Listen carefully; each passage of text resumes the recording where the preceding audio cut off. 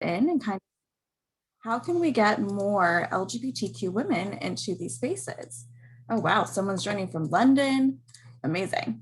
All right, perfect. So I will hop us to the next presentation. So there we go. All right, so as I mentioned, the Ascend Fund, who are an amazing group based in Seattle, gave us some funding to really dive into researching LGBTQ women. We were thinking through, we've noticed that there haven't been a lot of LGBTQ women in elected office in the same way that there have been LGBTQ men. And we kept wondering, why is that? We all know that through lived experiences that there are certain barriers, there might be certain reasons that may hold women back from certain things, but we didn't have this research that really could show us in quantitative numbers through qualitative groups why this was. And we kept Googling and Googling, trying to see if there was any research. And we just could not find anything. We found research on women in political office. We found kind of some overarching information on LGBTQ folks in office, but we could just not find that intersection of LGBTQ women specifically. So many of the folks who are coming in for this call today helped us out through this research by responding to a survey that we created. We received 289 responses to 2 different surveys. One that focused on LGBTQ women who have considered running for office, haven't taken that leap, or even ultimately decided not to. And then we also did a survey for women who have served in elected office, have been a candidate, past candidates, folks who have taken that step to run for office. After collecting all of those responses, and we received more or less equal responses to both, which was fantastic, so we could learn from both sides of the political field. We then did some focus groups as well, so we could get a little bit more information on what this really is all about.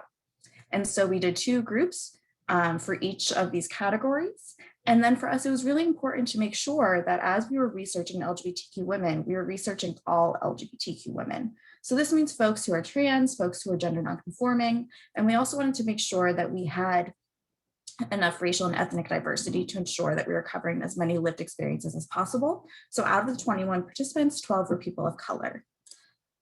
And this led us to the Decision to Run report, which I know we have sent out to all of the folks who are on this call, because it's something that was really important to us to share with folks, that you're not alone when you're struggling with the idea of, do I want to run for office as an LGBTQ woman? When you're deciding, is it worth it? We wanted you to have all the information in front of you so that you would know what has held up other folks that you may have in common, and what are some areas we can start addressing. And a lot of the common barriers are things that many of us know from lived experiences, that, finances really come into play, not just for a campaign, but also for personal, where if you're running for office, you might have to switch to part-time, you may have to not work any longer. When you do hopefully assume office, a lot of those positions are also part-time, pay maybe $20,000 on a good day, depending on which legislature, which body you're serving with. People were concerned about threats of violence.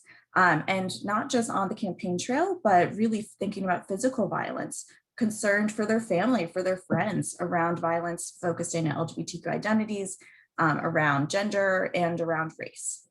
People were concerned about how people perceive them. A lot of folks mentioned, when people talk about me, they say I'm just a mom, even though I do so many things as a mom, even though I'm also a doctor, even though I've also held these roles, they see me just as this one identity. And then that really led to folks feeling like they didn't know how to run, that they weren't familiar because they haven't been in that space. And that all kind of came together in seeing that they didn't see themselves in elected office. There weren't many LGBTQ women in elected office. They couldn't see themselves. And if you can't see yourself in something, then you can't become that role.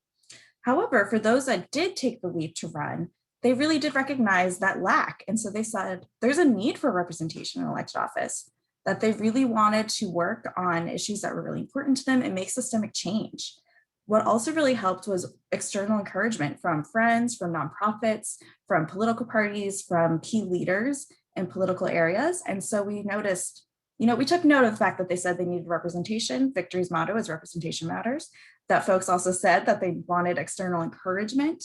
And so that means, folks are encouraging them to run. And who is better to do that than organizations that train and recruit to train folks who are looking to run? So we really saw a space for ourselves in this area to help support women. which leads us to our next report, where we wanted to make sure that we were really seeing the full landscape all the way from deciding to run and then all the way down to the end of the election. So I'm going to turn things over to my colleague Sarah to help develop this kind of secondary report that we did. That's my cue. Hi, everybody. My name is Sarah Ladon. I'm the Senior Communications and Marketing Manager here at Victory Institute. So I'm going to be walking you through our latest report today, which, as you can see, is a 5-year analysis of Victory Fund endorsed candidates by their gender identity.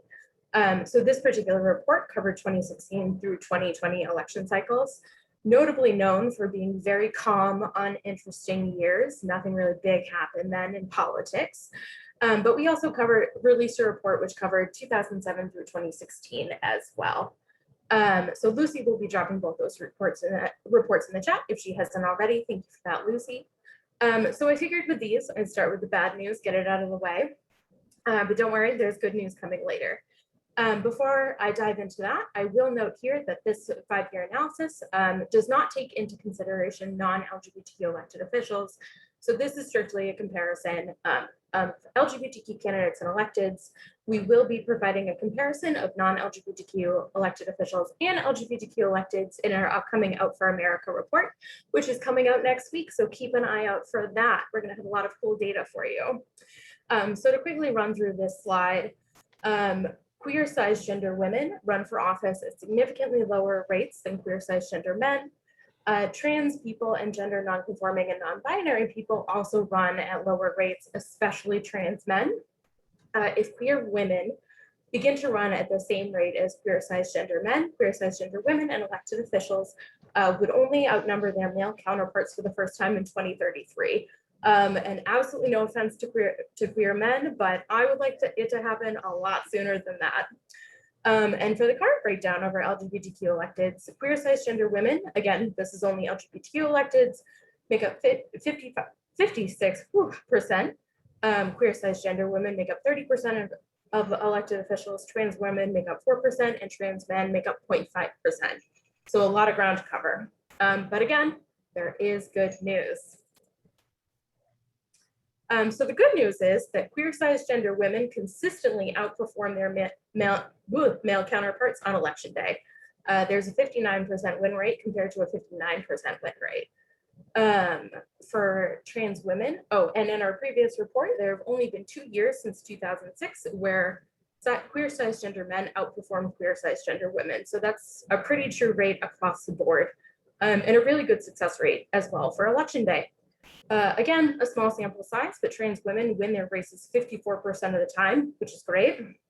So the only conclusion to draw here is that queer women run, they definitely win. And so why do they win? Obviously, because queer women are great. Voters realize that. We could end it right there, but to give a little more detail, queer women do well with voters because they tend to wait longer before running. I don't know about you, but I know there have definitely been jobs in my life that I've seen and saw 1 or 2 things that I wasn't incredibly qualified for, and so said to myself, oh, I could never do this then. Women tend to do that to ourselves a lot, particularly queer women. I very much understand that feeling. When we do run for office, we run for offices that we are wildly overqualified for, or that we're even a little bit more qualified to hold than we previously would. And of course, experience as a queer woman or an LGBTQ woman often makes us better politicians, more authentic, sensible, relatable. I could tell plenty of stories about how, queer women are the ones stepping up and really leading the charge. A lot of those women are on this call right now. Thank you guys so much for joining us today. You all have such amazing stories and do such amazing work, who are just absolutely fighting tooth and nail to pass those pro-equality measures, to make sure that things that are considered traditional women's issues are passing and are spoken about, as well as LGBTQ issues.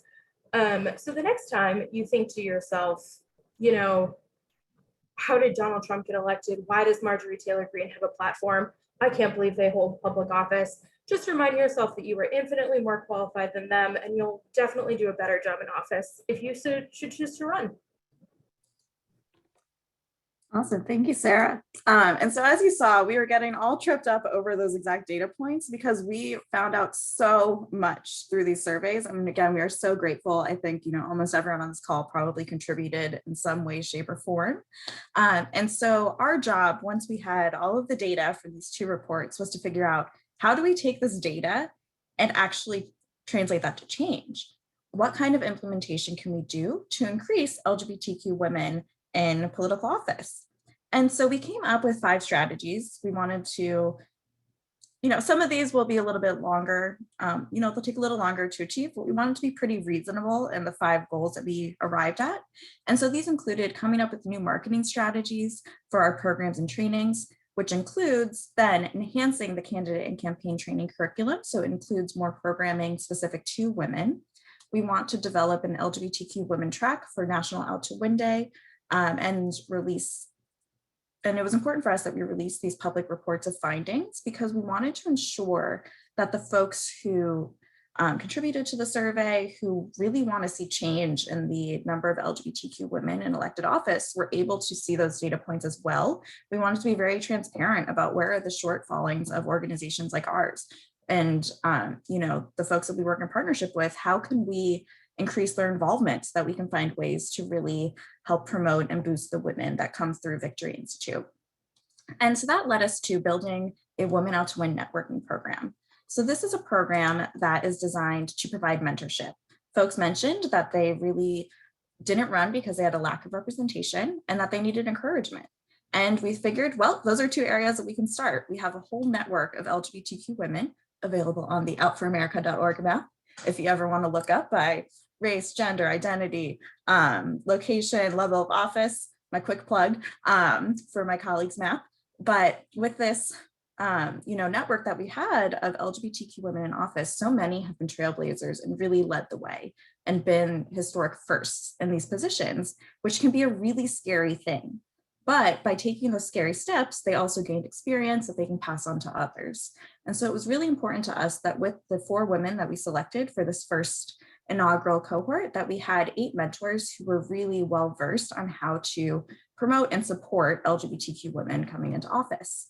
And then in addition to that mentorship, we're going to include convenings like this one. We'll be hosting another this year, and then we'll also be featuring our cohort at the Women Out to Win networking event at the International LGBTQ Leaders Conference. It's really important for us that we make sure we are kind of promoting, hyping up the women that are coming through our programs, because so often the names that folks come away with when they think about LGBTQ folks in office tend to be men, tend to be cisgender men. As we saw in the numbers, there's more cisgender LGBTQ men in office. And so we wanted to do our part in amplifying the LGBTQ women who are also running and also taking those steps for higher public office. And so I'm very excited that we are joined today by 3 out of the 4. The 4th that I mentioned, who I'll do a quick intro for her before I pivot over and give the floor to the folks who are actual members of the cohort to introduce themselves, let you know why they're a part of this program, why it matters, what we're really hoping to achieve together. I will quickly tell you a little bit about Mariah. So Mariah Moore is a Black trans woman who is based in New Orleans, Louisiana. She is the co-founder of House of Tulip, that is a nonprofit that focuses on housing trans folks in New Orleans who are without stable or permanent housing.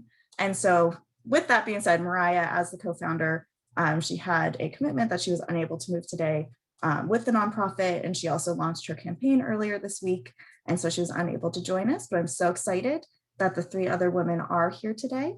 So I'm going to stop sharing my screen, and I am going to give the floor right now to Casey, who we will spotlight so that she can tell us just a little bit about why this program is something that she's doing.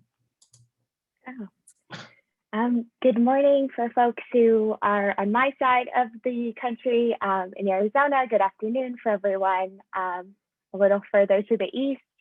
I want to thank you for inviting me to come and be a part of the program. So my name is Casey Klaus, and I'm running for City Council in Tempe, Arizona.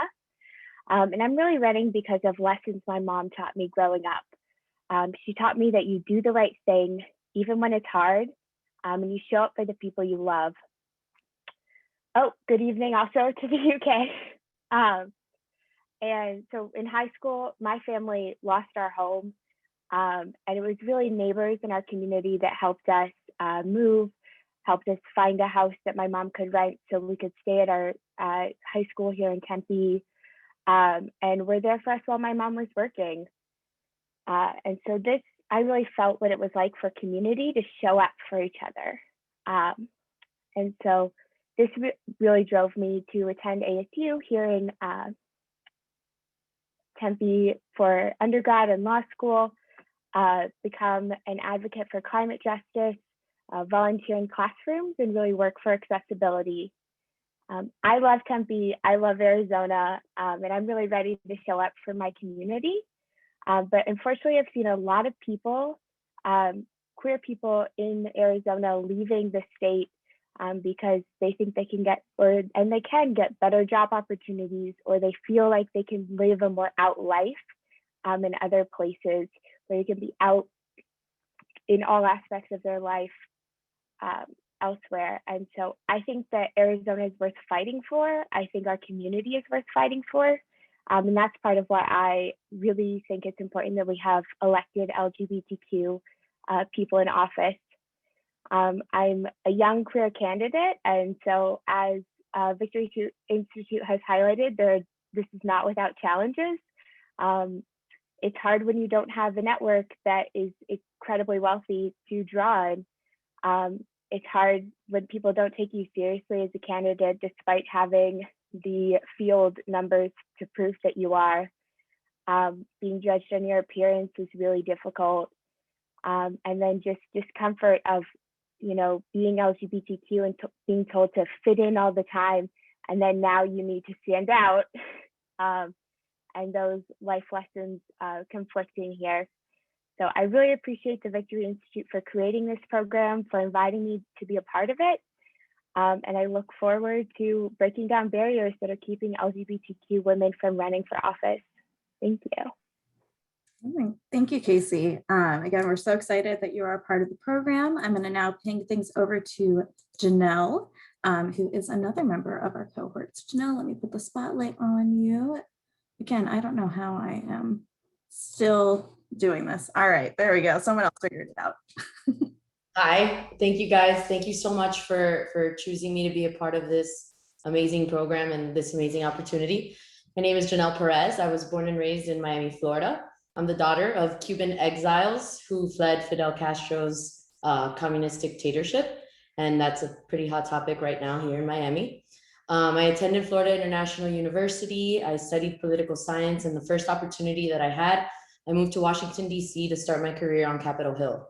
I started at a congressional office and eventually on the U.S. Committee on Foreign Affairs. While getting my master's at Johns Hopkins University, I was the Government Affairs Associate for Friends of the Global Fight. We're the educational and advocacy organization on Capitol Hill for the world's largest global health financier, the Global Fund. And unfortunately, when I was 28 years old, just 3 days before I was supposed to move to Madrid, Spain, and start an international MBA, I was diagnosed with stage 4 follicular lymphoma. It's a very aggressive, incurable cancer. My professional career came to a complete pause for about 2 years, but I was very lucky that I got to focus more on my family. I got closer to my family. I was able to marry my then girlfriend, now wife, Monica, and we have a 4-year-old little girl. We've been together since 2010. After my battle with cancer, marriage, and enjoying the first year of my daughter's life, I had the opportunity to start a business with my family. Today, I'm one of the owners of Doctors Healthcare Plans. We are 100% Hispanic owned. We're a Medicare HMO here in South Florida, servicing Miami-Dade County only. Next year, we'll be expanding into Broward County. And we have the highest concentration of elderly, low-income Hispanics here. Florida Doctors, our company is one of Florida's fastest growing companies. So I'm incredibly proud of that. I'm a mom, I'm a wife, I'm a small business owner, and a cancer survivor. And I know what it's like to fight for your life. I want to do the same for my constituents. I want to do the same for my community.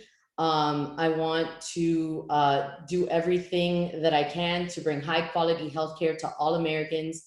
And again, as a first generation American and a small business owner, it's so important to me to bring back the American dream to this country. My parents came here in search for it, and it seems like it's just getting harder and harder to achieve that. I'm extremely lucky that I got partnered with Mayor Anise Parker and Representative Ann Johnson. I hope to learn so much from both of these women because they come from Texas, which is similar to Florida. So I hope that I'll be able to relate with them and you know, be able to find support from people who have gone through something similar or serve in a similar state. And then I also want to acknowledge Rep. Ann Johnson for her leadership in being part of the Texas legislature that walked out for voting rights. Thank you, thank you, thank you. You are a hero, and I am so lucky to have both of you guys as my mentors. Thank you. That was amazing, Janelle. Thank you. And then up next, we have Allison. Hey everyone, I'm Allison Scott. I use she and they pronouns. I live in Asheville, North Carolina. I am originally from here. My family is originally from Western North Carolina, going back for as many generations as I can trace. I am an unapologetically out queer trans woman Southerner. So I really want to thank the Victory Institute for this amazing program and the opportunity to do this. I truly appreciate that. I currently work for a nonprofit in the South, which works on LGBTQ advocacy and activism. And I've done that for a little over 3 years. But before that, it was actually a really big career shift for me. I worked for very large multinational companies for well over a decade in information systems management, project management, and lean manufacturing.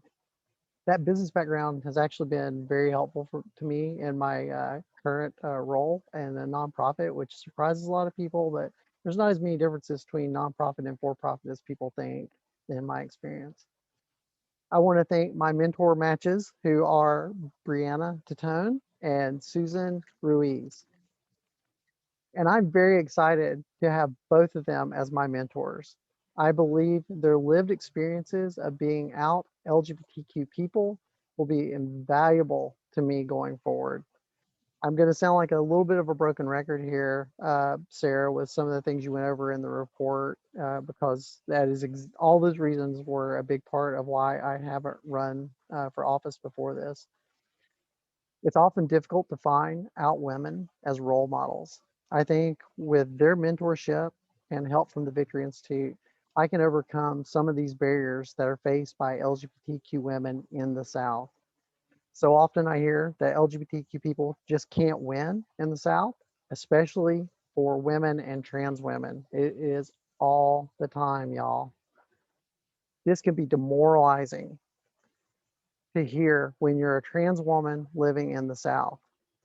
And I think that's why this program is so special.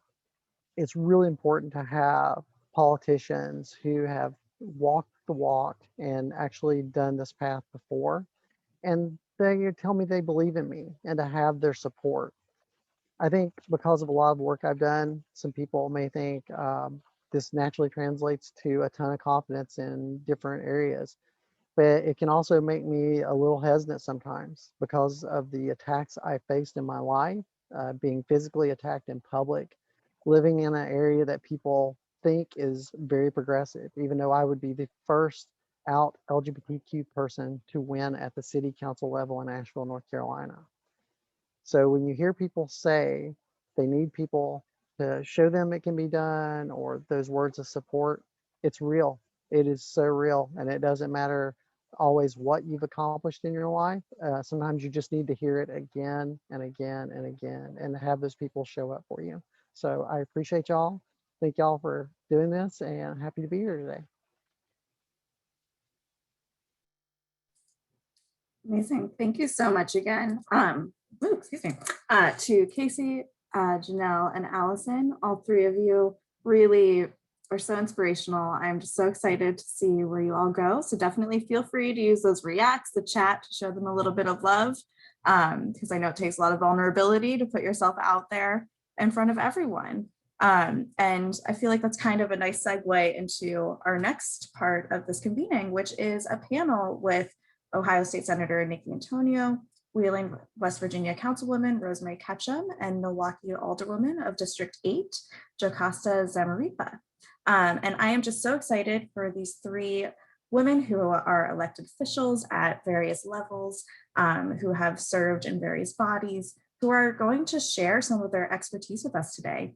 As we mentioned a little bit earlier, there's not a lot of representation. And so these three women really have been trailblazers in their own ways in their regions, and on a national scale. And we are just so excited to learn from them. So I am going to ask that we wouldn't mind spotlighting our three panelists. Perfect. I see Senator Antonio. We'll wait for our other two folks to join, and then we're going to hop into some quick intros before I ask you all a few questions. Let's see. Wait for one more person to spotlight. Let me just, there we go. There we go. All right, welcome everybody. Thank you again so much for joining us today. It's your advice, your experiences are all so invaluable. I don't even know where to begin with my gratitude towards you all, helping pave the way as someone who has always been really interested in politics and didn't see myself really having a platform ever as a queer woman either. And so I would love to kick things off for all of you introducing yourselves with the facts that you think are kind of important or special about the ways that you've held elected office, or any moments that you think are particularly kind of beneficial for your story of holding elected office. So I will first pass it over to Senator Antonio, then Councilwoman Ketchum, if you wouldn't mind going second, and then Alderwoman Zamaripa, we'll have you go third. Okay, well, thanks for inviting me. I am psyched and inspired after hearing the stories of the three women, and it was quick. So we know there's a lot of depth to each one of your stories. And I guess that's where I'll start. I worked on women's campaigns. I wanted to see women get elected. That's where I started. I was a teacher. I ran a nonprofit. I did all this other stuff. But I was also an activist and an advocate. And one day I came home from a city council meeting and I said, I am so sick of explaining everything to these people. I could do that job. And then I heard myself say, I could do that job. But as a lesbian with a family in my community, very open and just engaged in the community, I had no role models and I didn't know how to do that. So the first thing I did was went to the Victory Institute to get trained on how to even talk about myself as a candidate running for office. Because the only person I ever saw from the LGBT community run was a gay man, and he ran on the fact that he was a gay man. And that's why people should vote for him, because he was, he was a trailblazer, but he didn't have any connection to the community. I had connections to the community, but didn't know how to talk about myself. So fast forward, every single time I've run for a different office, city council, state house, state rep, and now Senate, I'm the first, I'm still the only. And, but being the first and the only is temporary, the only. And it's really, really important to me that I am absolutely not the last. And I know it's harder for women, it's harder for us to raise money, it's harder for us to do all kinds of things. The other thing I'll say is that everything I did previously in my life prepared me for this and has helped me work through this, including being a lesbian, because lesbians are invisible in this society. We actually kind of don't exist unless we make ourselves known. And the way we make ourselves known is through our work, right? We know how to work stronger, faster, more, everything. And that serves us well in these kinds of positions, starting with campaigns and going all the way through. We also know, somebody mentioned when they were talking about the fear of fear for your safety. I think it was from the report, fear of all this. So we've already faced some of those demons just by knowing they could be there, but yet we persevere. So my family has always been supportive. a little curious about what in the world I'm doing, but very supportive. And so I'll stop there. But it is the best job. I think we, the women from the LGBT community do these jobs. We are some of the best policymakers, specifically because of our path. So I'll stop there. Thank you so much. Thank you so much. I'm so excited to be here. My name is Rosemary Ketchum. I'm a member of Wheeling City Council here in the state of West Virginia. I was elected in June of 2020, and so just a little over a year now. And I have been having a whole lot of fun, even despite a global pandemic that we're dealing with nationwide. But I don't come from a political family. And that was a difficult reality to, I think, approach, because many of the representations or examples of political people or politicians were steeped in politics. It was a family career for many folks that I knew. I grew up in rural Ohio to a pair of wonderful blue-collar parents. My dad worked in the local factory, and my mother was a waitress on and off, raising myself and my 3 siblings.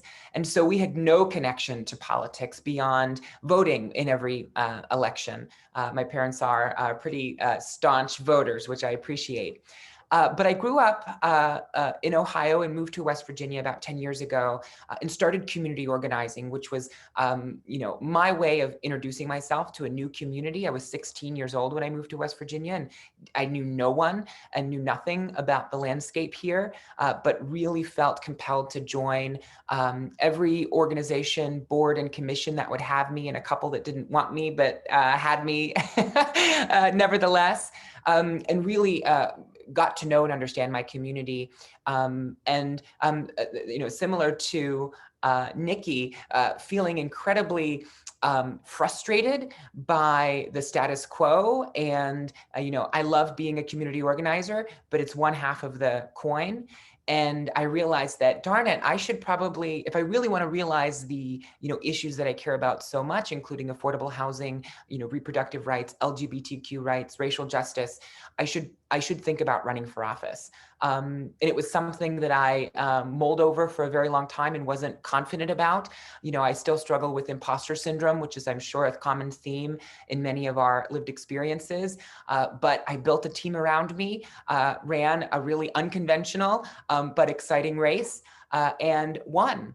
But I will tell you, I only won by 15 votes, which shows you how close these races can be locally. And I try to tell everybody that, to push against the perception that voting doesn't matter, or my vote doesn't count, because had I knocked on 15 fewer doors or made 15 fewer phone calls, I wouldn't be sitting here right now. So that's a little bit of my story, and I'm grateful to have the opportunity to share it. Thank you so much. And that just shows the kind of busyness of politics, that so far each person has gotten a notification. The life of an elected official, you are never resting. And with that, I'll turn it over to our third panelist. Thank you so much. Good afternoon, everyone. I'm Alderwoman Jocasta Samaripa. I'm from Milwaukee, Wisconsin. And if you'll just let me gloat for a minute, I want to wish big congratulations to our Milwaukee Bucks, who won the NBA championship last night. But I feel a little bit shy about it because I see one of our cohort members is from Arizona. But it was certainly a close game. The Suns played their hearts out. But as you can imagine, I'm a very, very proud Milwaukeean this afternoon. With that, I'm honored to be with this on this esteemed panel. I know Senator Antonio personally. I'm lucky enough to have gone to some conferences with her, and I'll look forward to meeting Rosemary in person, I'm sure, very soon, as well as the Victor Institute team. But I am the first out openly LGBTQ alder, very recently elected last spring here in Milwaukee, the largest city in the great state of Wisconsin. And yet I'm not quite a freshman, because I have a decade of experience under my belt, having served in the Wisconsin state legislature. in the state house, in the state assembly. I served for a decade, and I came out in 2012, actually, when I was running for re-election. I didn't initially run out that very first time for the state assembly. And so it has been an interesting road for me. I leave the legislature having, I think, helped to increase queer representation. I'm not the first out openly LGBTQ member, as many of you probably know. I follow in the magnificent footsteps of US Senator Tammy Baldwin, as well as Congressman Mark Pocan. And we also have the only out state senator in Wisconsin is Tim Carpenter, who happens to also be my senator. But we have increased bisexual representation, and I am an out openly bi member of our LGBTQ plus community. I remember attending trainings and being progressive trainings for candidates and being told you're not going to be able to be openly bi and a viable candidate. And so it was very difficult for me when I first ran in 2010, and I know we'll get into it. It was extremely difficult. My sexual identity, we did not run out and open, and I think caused even more issues because of that. And so to now fast forward to 2021 and know that I stepped away from the legislature, but I don't leave us without bi representation. There are now 3 openly bisexual women serving in the Wisconsin State Legislature. And I think I may have had a little bit to do with that. And so with that, we'll leave it there. There's still a lot to do at the city local level here in Milwaukee, being the only one. Senator Antonio knows that well. It is hard, and we need to be at that table. Even with an abundance of Democrats on that common council, there's still so many teachable moments for them in terms of representing LGBTQ plus Milwaukeeans. Thank you. Thank you so much. And thank you to all 3 of you. You all touched upon my first question a little bit, but I would love for us to dig a little bit deeper. You know, here at Victory Institute, we always say representation matters. And so I would, I can't go through a panel without asking about representation. So to kick things off, when we were doing our research, we really did see that women were hesitant to run in areas where there hadn't been any LGBTQ elected officials yet. 83% in fact said they were either very concerned or somewhat concerned that an LGBTQ person could not win a seat in those areas. And so really, again, I want to say thank you for being some of the first representation, because as you can see, for 83% of people, that really does make a difference. It's hard to be the first, it's hard to kind of take on those challenges. And so when you decided to run for office, did the current state of LGBTQ representation factor into your decision at all? And for the sake of time, I will just ping it over to, I'm going to say, Councilwoman Ketchum to kick us off. Great question. So my quick answer is no, actually. I didn't really think about the trans representation in the state of West Virginia. I knew that there were no openly transgender people serving, but I didn't think of it as an obstacle more than an opportunity. We do have LGBTQ folks serving in other levels of government, but I didn't really consider or hold the weight of potentially being the first openly transgender person elected in West Virginia. That is until I did win my race and became the first openly trans person elected in West Virginia. And then I began to realize how substantial something like that can be. Myself, I'm very like, oh, okay, it is what it is. Like I'm trying to do the work and I'm grateful for the acknowledgement. But what's fascinating is the impact that has had, not on the LGBTQ community alone, but on our cisgender heterosexual folks who maybe even are less thoughtful around LGBTQ issues, the impact it has had on them to realize that, oh, actually you can do the work sometimes better than the people who've done it, who have been elected before you. And maybe there is space for LGBTQ people to be elected. So it's exciting to see the support come from outside of the community just as much as it has been within it. Wonderful. Senator Antonio, I saw that you had unmuted yourself. If you want to take this one up. Yeah, I'm so, Rosemary, I'm so glad that you said that. So it was an issue. It was absolutely an issue for me. I mean, initially I was told, now I ran the first time for city council in 2005. So quite a while ago. I was told I couldn't win. You know, people would say, because of, and I'd make them say it. Because of what? What are you talking about? But one of the things that motivated me beyond the fact that I thought I had something to bring, certainly I knew I had something to bring. The state of Ohio in 2004 passed an initiative that embedded into the state's constitution that marriage was between a man and a woman. I was pissed. And we were losing friends. Friends were leaving. They said, first they come for us in marriage, then they come for our children. Before they do that, we're leaving. And people, all kinds of friends of ours from the LGBT community left. And leaving wasn't an option for us. We were raising our children. We have a wonderful community. I said, well, if I'm not going to leave, I'm going to stay and I'm going to fight. And the way I'm going to fight is I'm going to run. So, through my whole life, I think the motivation of being angry and saying, and when someone tells me no, it's the, okay, game on, the challenge is there. And so I felt the challenge of that. And fortunately, many of the people who supported my campaign in my community felt it too. Heterosexual members of the LGBT community all came together. You said something about a non-traditional campaign group. Certainly I had that for sure. It was a coalition of folks. People came up to me all the time and apologized for however they voted in that initiative, because some of them were confused because the language was confusing. It was a mess.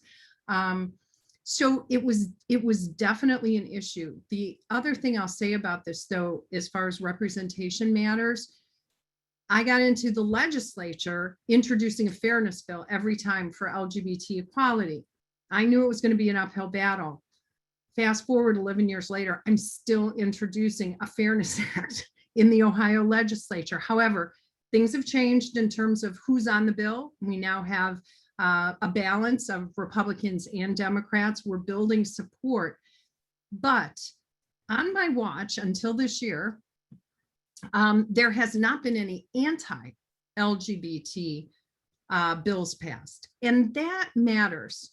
I remember going to my first training with the Victory Fund, and they said there hasn't been a state that's passed pro-equality legislation without there being a member of the LGBT community in the body. And that meant a lot to me. It also comes with a lot of pressure. I thought I was going to have a nervous breakdown after this last session of our budget that we just finished in the summer, because there was a move to try to put an trans children playing sports into the budget. I went into the Senate President's office when the bill came over to us and said, we cannot do this. We must not do this. I want you to work with me on stopping this. And he did. And that's because of the relationship, because of the respect. Now, he told me, work real hard to convince people over the summer it's not a good idea because it's coming back in the fall, but I'm going to give you time to work on it.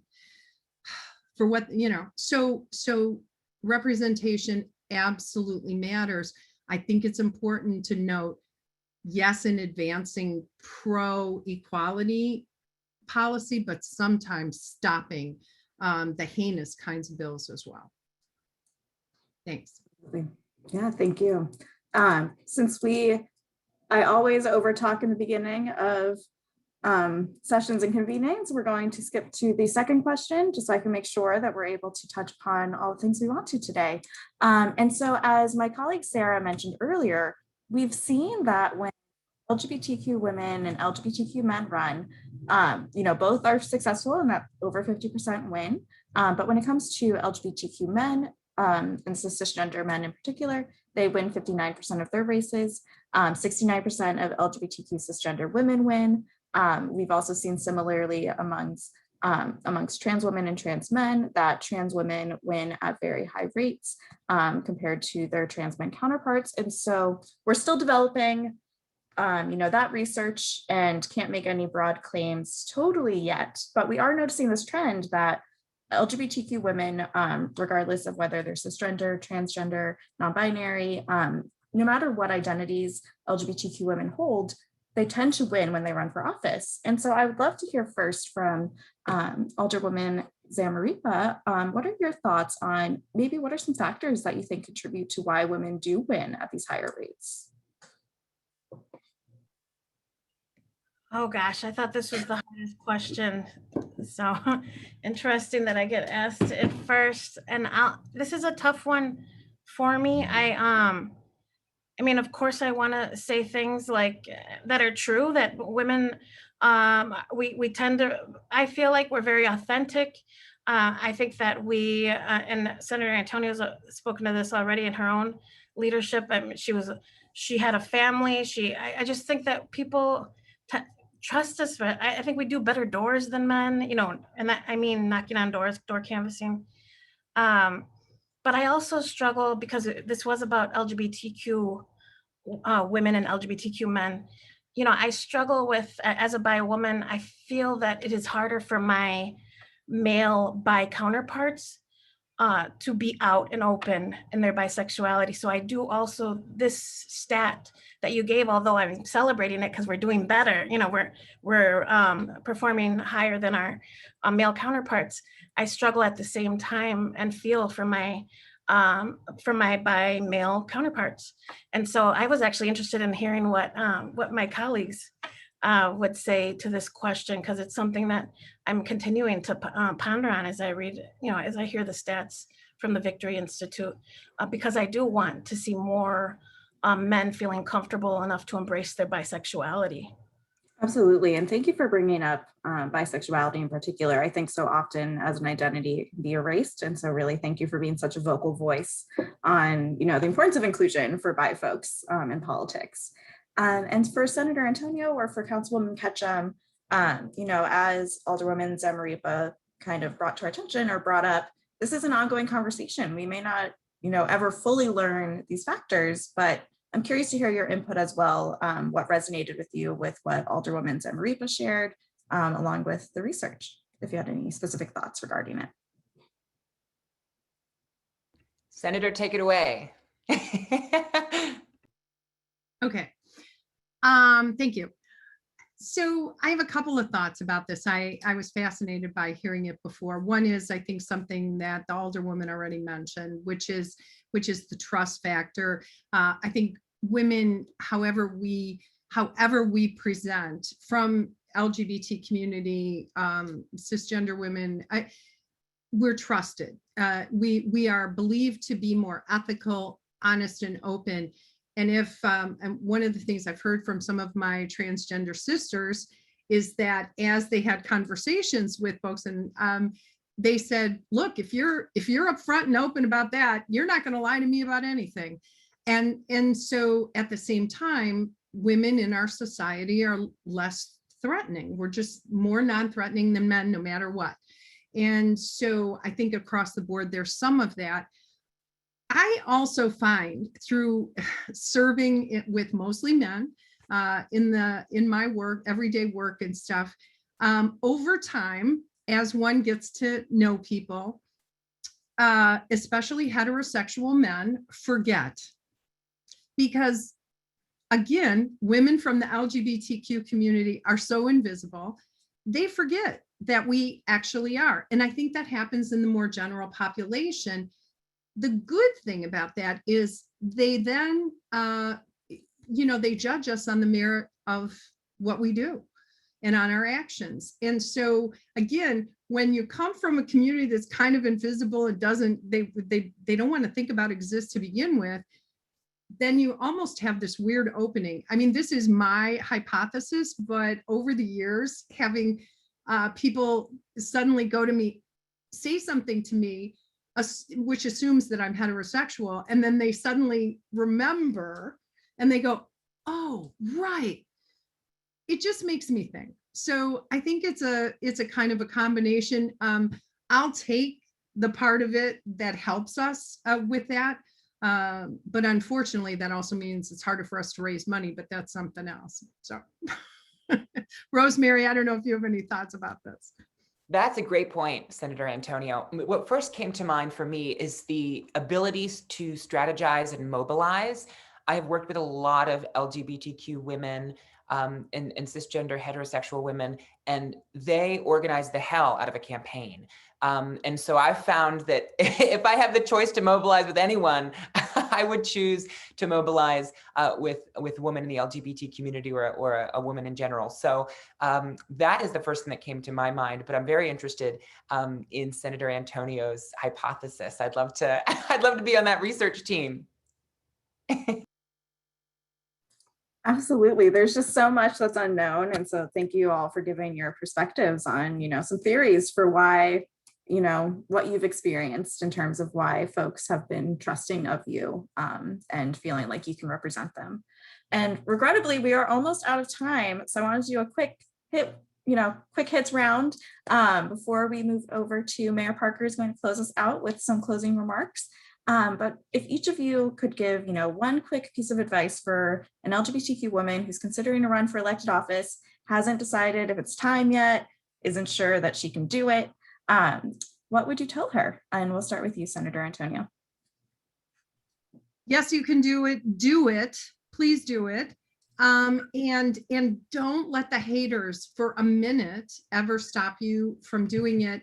Gather your tribe, find them, they are there for you, and no barrier is too high for you to climb over. So do it, just do it. Thank you. Councilwoman Ketchum?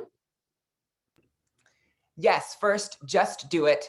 And secondly, it is more fun than you think it will be. I've had a lot of fun, and I feel that folks are scared to run for office because they think it's going to be miserable. And of course, it can be sometimes, but I'm having more fun than I ever thought I would. So enjoy it when you get it. That's so beautiful to hear. And finally, Alderwoman Zamarripa. Share your story, be your authentic self. You can run out and open and be a viable candidate who can win no matter what political stripes you are or what the district looks like. I've seen it done in Wisconsin time and time again on both sides of the aisle. Make sure that you do it. And also raise money. Do not be afraid to ask for money. You have to raise the money so that you can win that victory for yourself and for our LGBTQ plus community. And I want to throw in, go attend a training, a conference for the Victory Fund, because there's part of your tribe and they will help you learn how to do everything you think you don't know how to do, and you will make lifelong friends and colleagues and people that you can connect with. Absolutely. Thank you for the plug. If anyone would like to talk about trainings, would like to talk about the conference, please feel free to shoot me a direct message and we can chat offline. Amazing. Thank you again so much to the three of you for joining us today. As we can see in the chat, folks really are inspired by your leadership, advocacy, and all of how you've seen or how you've shown that, you can live authentically and still be an elected official representing folks. So again, thank you so much. And all that being said, I am recognizing we are at 2:30. So I will pass the mic over to Mayor Parker, former mayor of Houston and current CEO and president of Victory Fund and Victory Institute, to close us out. I'll be quick because I know folks have contributed time today, but thanks to our speakers and thanks to everybody who's on the call. A couple of notes. Jocasta talked about how hard it was, even in a state with a deep bench and clear role models and examples that it is possible to run and win. Rosemary talked about, 15 votes? Every vote matters, fight till the end, we can do this. And then Nikki talking about the challenges of being the first, but she was never alone. There was a network of folks out there who were pulling for her and working with her and helping her get across the finish line. The reason that we created this program is that we know it works. Victories for 5 years now has had a mentorship program for candidates of color and trans candidates, and it absolutely works. Great example, Andrea Jenkins and Philippe Cunningham in Minneapolis, who went through our empowerment program. We're starting small. This is a small but mighty cohort, and it's a resource issue, quite frankly. But there's another element to this that I think is really important. And I want everybody on the call to think about this. This is a formal mentoring program. I was in elected office for 18 years. I was first elected in 1997. In that this entire time, and I know Tony Atkins is on this call as well, and she's done the same thing. I have always made myself available to women candidates. Our potential candidates. Some of them ran, some of them didn't, some of them won, some of them didn't. But I went out of my way to try to make myself available in any way I can, even when I was busy. And I know Tony will do the same thing, and Nikki. There are many past and present women elected officials who are committed to this process. Call them, ask them, reach out. A formal mentorship program is invaluable, but those other connections can help you do this as well. As women, we don't ask enough. We don't reach out enough. And I know that there's a deep bench out there who wants to help. Help us spread the word of what we're doing in this mentorship program, but also help us build the network of women supporting women running for public office. So thanks for being on the call. Wonderful. Thanks so much, everybody. All right. We hope you have a great rest of your Wednesday. Thank you so much, Mayor Parker, for stopping by and your closing remarks. As she mentioned, please, in the chat, we have a form to nominate folks. We have our training opportunities available. Please do not hesitate to reach out if you need anything. And we're so excited to keep connecting ways we can amplify LGBTQ women. All right. Take care, everybody.